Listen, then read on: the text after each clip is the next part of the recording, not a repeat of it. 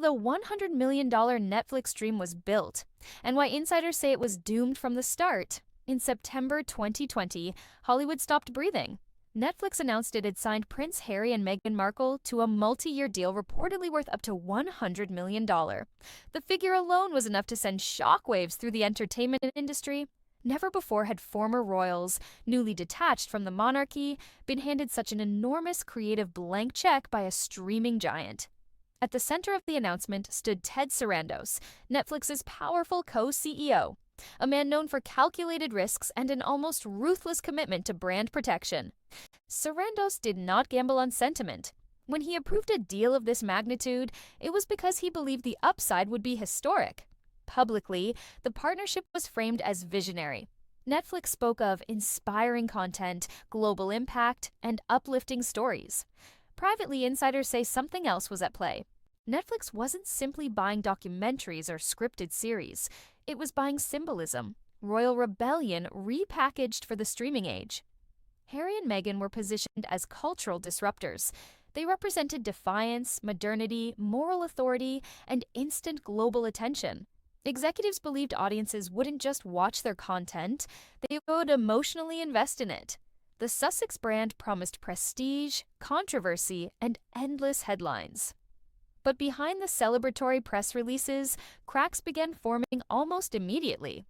Archewell Productions, the media arm created to fulfill the Netflix deal, was launched with sweeping language about compassion, purpose, and change. Yet according to multiple individuals familiar with its early operations, Archewell functioned more as a brand concept than a fully operational production company.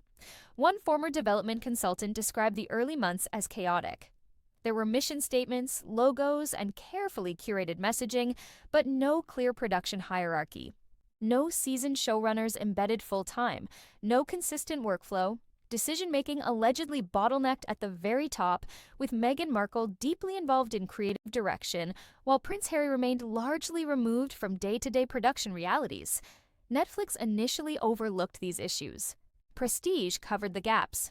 The Sussex name carried enormous cultural weight, and executives were willing to be patient. That patience was reinforced by Ted Sarandos' personal belief in Meghan Markle. Sources familiar with internal discussions claim Sarandos saw Meghan as a potential media powerhouse, someone who could evolve into a streaming-era tastemaker. Camera-ready, articulate, polarizing, and globally recognized, she was viewed as the anchor of the deal. His confidence reportedly shielded Archewell from early criticism inside Netflix, even as development milestones slipped and internal benchmarks went unmet. Projects were pitched but not advanced. Timelines shifted repeatedly. Creative outlines stalled. Still, Archewell was given more time than most partners would ever receive. Internally, at least one Netflix executive allegedly voiced concern that the company was applying a double standard, judging Archewell not by output but by reputation. For a while, prestige outweighed performance. By 2022, discomfort began to spread. Despite the scale of the deal, only a limited number of projects reached completion. The Harry-Meghan docuseries delivered strong initial viewership, but insiders say it masked deeper problems. It was a one-time release, heavily reliant on personal narrative rather than sustained production capability. Netflix expected momentum afterward. Instead, executives encountered delays, silence, and confusion. Pitch meetings were postponed, emails went unanswered. Outside production partners complained of unclear direction and shifting priorities. Budgets continued to expand, while deliverables remained thin. Perhaps most alarming to Netflix was the growing turnover among staff and collaborators connected to Archewell. Quietly, a phrase began circulating inside executive circles: all image, no infrastructure. Former staffers and collaborators, many bound by non-disclosure agreements, later hinted anonymously at chronic dysfunction. They described leadership that was highly image-conscious but inconsistently present. Projects were allegedly reset multiple times to accommodate branding concerns. Creative decisions changed abruptly. Accountability was unclear. Netflix executives began doing something they rarely do with celebrity partners so early in a deal. They started documenting everything. By late 2023, Archewell was quietly reclassified internally as a high-maintenance partner. This didn't signal cancellation, but it did trigger scrutiny. Budgets were examined more closely. Expense categories were reviewed. Charitable tie-ins raised internal questions. A senior finance source allegedly warned that when celebrity brands blend philanthropy, personal branding, and production expenses, the margin for error becomes razor thin. Netflix had been burned before by reputational fallout tied to partners. This time, the stakes were exponentially higher. The true shift, according to insiders, did not come from tabloids or public backlash. It came from paperwork. Routine internal reviews reportedly revealed confusing expense categorizations and overlapping cost structures that required clarification. Production expenses appeared intertwined with broader brand initiatives. Nothing publicly illegal, nothing yet explosive, but enough ambiguity to make Netflix uneasy. In Hollywood, risk is not defined solely by wrongdoing. It is defined by exposure. And that was the moment, sources claim, when Ted Sarandos stopped acting like a champion of the Sussex deal and began preparing for the possibility that Netflix might need to distance itself entirely. Because once trust erodes at the executive level, no amount of prestige can save a partnership. Because in Hollywood, nothing terrifies executives more than the possibility of financial exposure, especially when it involves regulators, tax authorities, and paper trails that don't tell a clean story. According to multiple industry sources, Netflix's growing unease with Archewell Productions did not begin with public backlash or tabloid headlines. It began quietly, behind closed doors, with spreadsheets, compliance reviews, and internal questions that refused to disappear. What started as routine oversight allegedly evolved into something far more serious. When routine audits stop feeling routine, large streaming platforms like Netflix conduct internal audits constantly. These reviews are not accusations. They are safeguards. Most production partners never notice them. For others, audits are a formality that confirms everything is in order. But sources familiar with Netflix's finance and compliance teams claim Archewell began attracting more attention than usual. At first, it was procedural. Development costs versus production costs needed clarification. Budgets tied to impact storytelling required clearer definitions. Expenses linked to charitable initiatives raised technical questions about classification. Individually, none of these issues were alarming. Collectively, they were uncomfortable. One finance-adjacent insider described the shift this way: when accountants stop skimming and start reading line by line, it's because something doesn't feel clean enough. Netflix executives allegedly noticed overlapping financial categories, situations where production-related expenses appeared intertwined with broader brand, advocacy, or foundation-related activities. This is not illegal on its face, but it is dangerous territory for a publicly scrutinized corporation, especially one already under political and media pressure. The charity production blur that raised eyebrows. According to sources, one of the most sensitive areas involved the proximity between Archewell Productions and Archewell Foundation.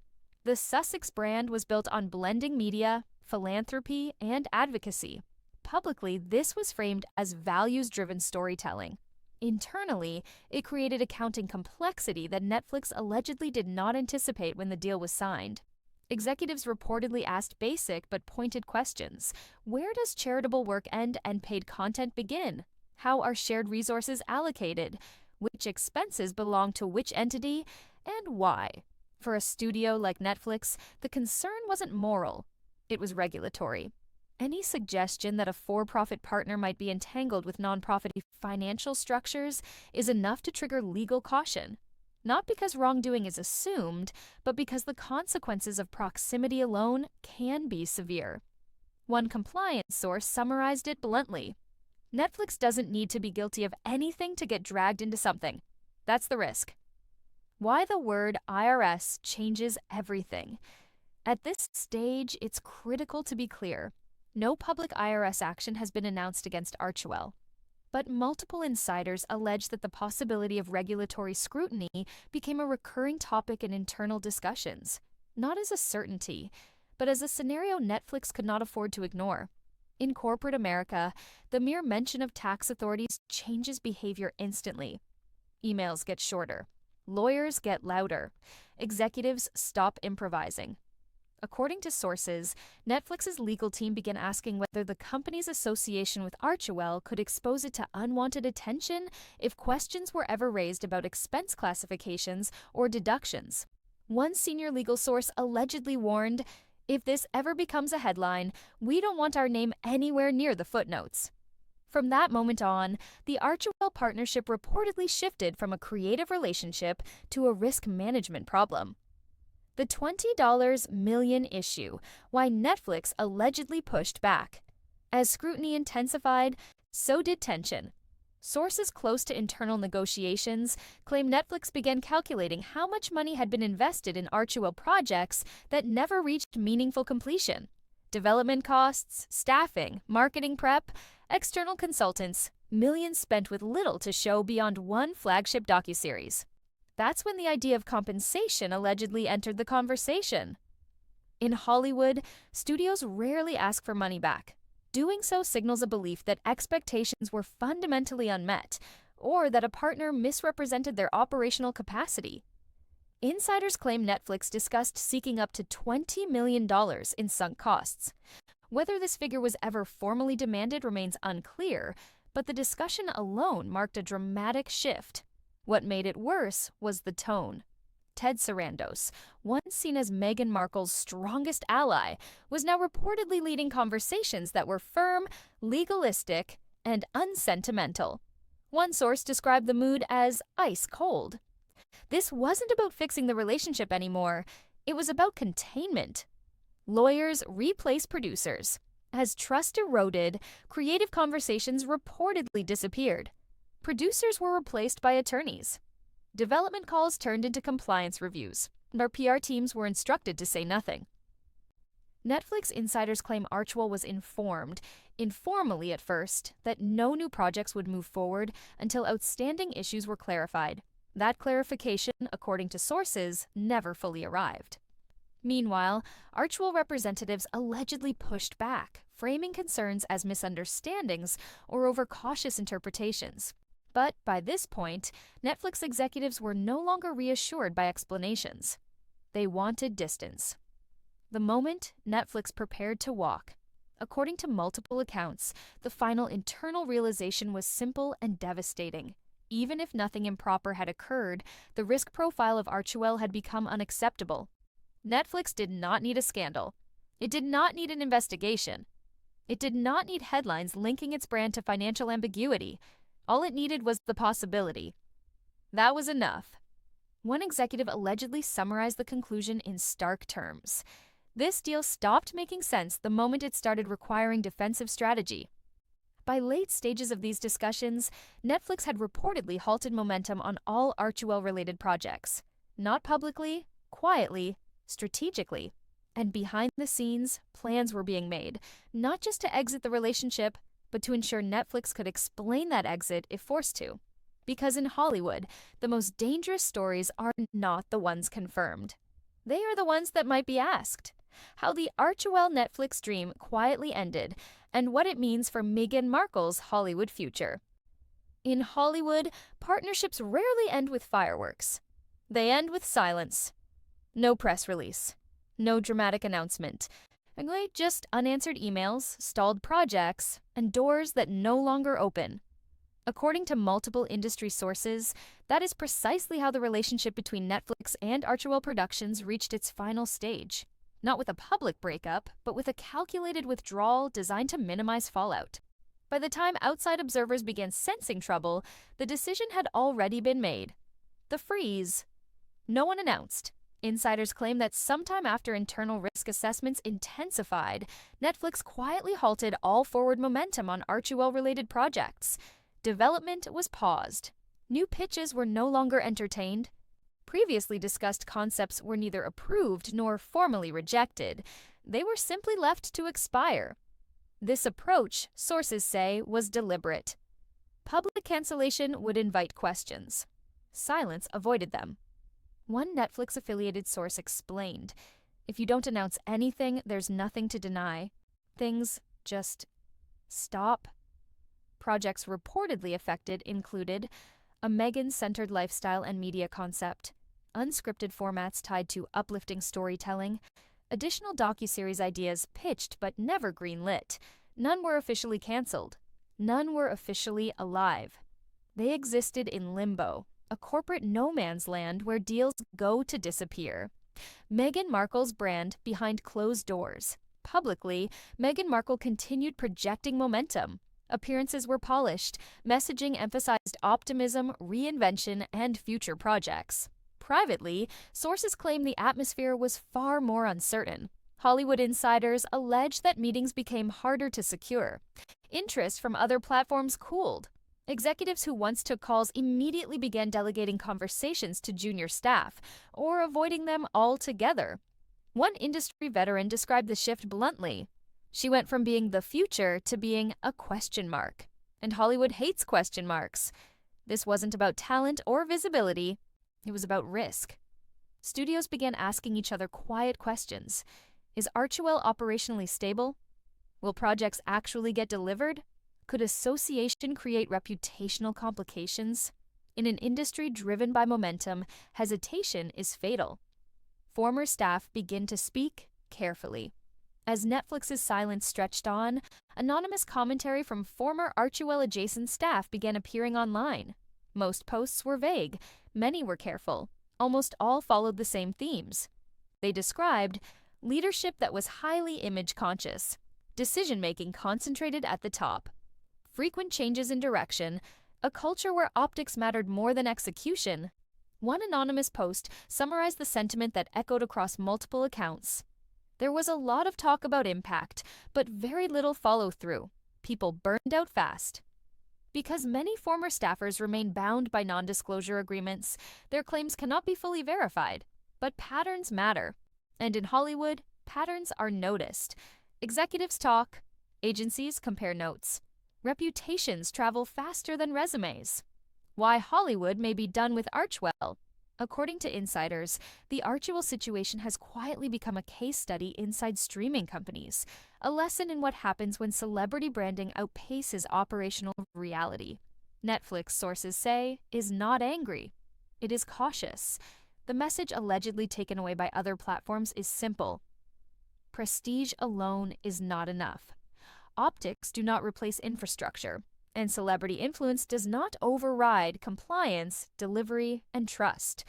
One former studio executive explained it this way. Everyone loved the idea of working with them. Fewer people loved the reality. Hollywood forgives failure. It does not forgive unpredictability.